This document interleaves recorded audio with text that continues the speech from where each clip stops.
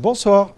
Ce mois de mai est toujours synonyme de fréquentation importante pour Monaco, de quoi réjouir les commerçants. Est-ce que le week-end dernier, le week-end de l'Ypres, a été prometteur? Oui, le week-end de l'Ypres a été très bon pour la principauté en général et pour les commerçants en particulier, bien sûr. Parce que l'électrique qui était un peu délaissé à ses débuts semble avoir plus de succès aujourd'hui. Vous l'avez constaté par rapport aux fréquentations des années précédentes? Je peux vous dire très simplement que tous les ans, la fréquentation augmente sur cette discipline automobile qui est présente quand même en principauté depuis quelques années maintenant. Mais tous les ans, on peut constater vraiment plus de popularité pour cette discipline. Il y a eu, pour votre information, plus de 20 000 e-fans qui sont venus en principauté pour assister le samedi au Grand Prix électrique. Plus de 20 000 personnes, donc mélangées aux autres personnes évidemment, aux autres. Oui, donc c'est un engouement effectivement qui se confirme. Qu'attendez-vous du long week-end du Grand Prix de Formule 1 C'est un week-end traditionnellement très fructueux pour le commerce monégasque. Et puis là, en plus, il y aura le lundi de Pentecôte. Oui, exactement. C'est vrai que le week-end du Grand Prix est vraiment un week-end, on va dire, le plus important de l'année. Il y a le tennis, il y a le yacht show, mais le Grand Prix reste évidemment l'animation la plus importante de l'année. Tous les commerces sont mobilisés pour cet événement. Cette année, c'est vrai qu'il risque d'y avoir quelques modifications au niveau des stands dans les rues pour les commerces. Ça va être un changement, mais je pense que ça va être un changement bénéfique pour tout le monde.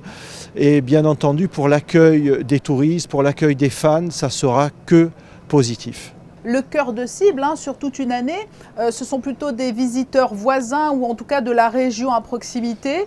Pour le Grand Prix, c'est une fréquentation qui est un peu plus internationale? Ah, complètement.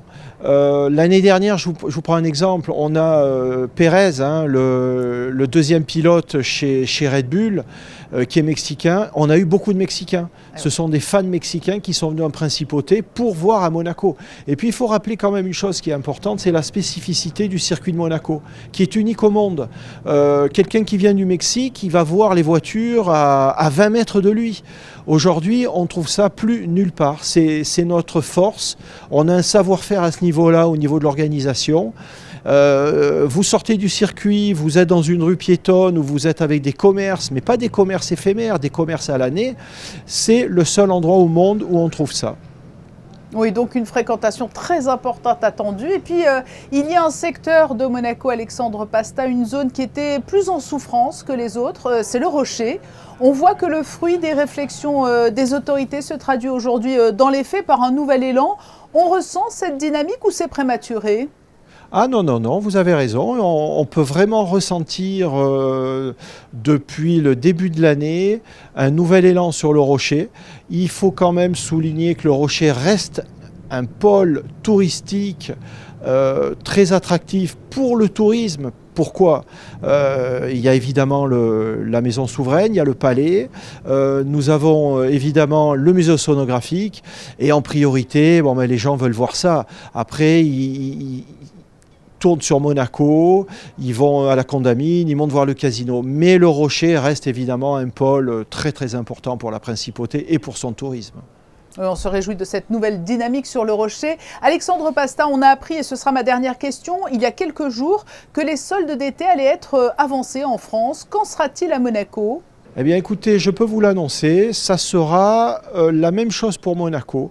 Alors, on ne va pas s'avancer, nous on va rester sur une date qui est au 28 juin, mais simplement, Monaco se cale sur la France. Tout simplement. Donc ça va être nouveau pour nous, mais écoutez, les soldes ne représentent plus vraiment une attractivité vraiment énorme pour le commerce, parce qu'aujourd'hui, vous le savez tous, il y a les sites internet, il y a des promotions à l'année.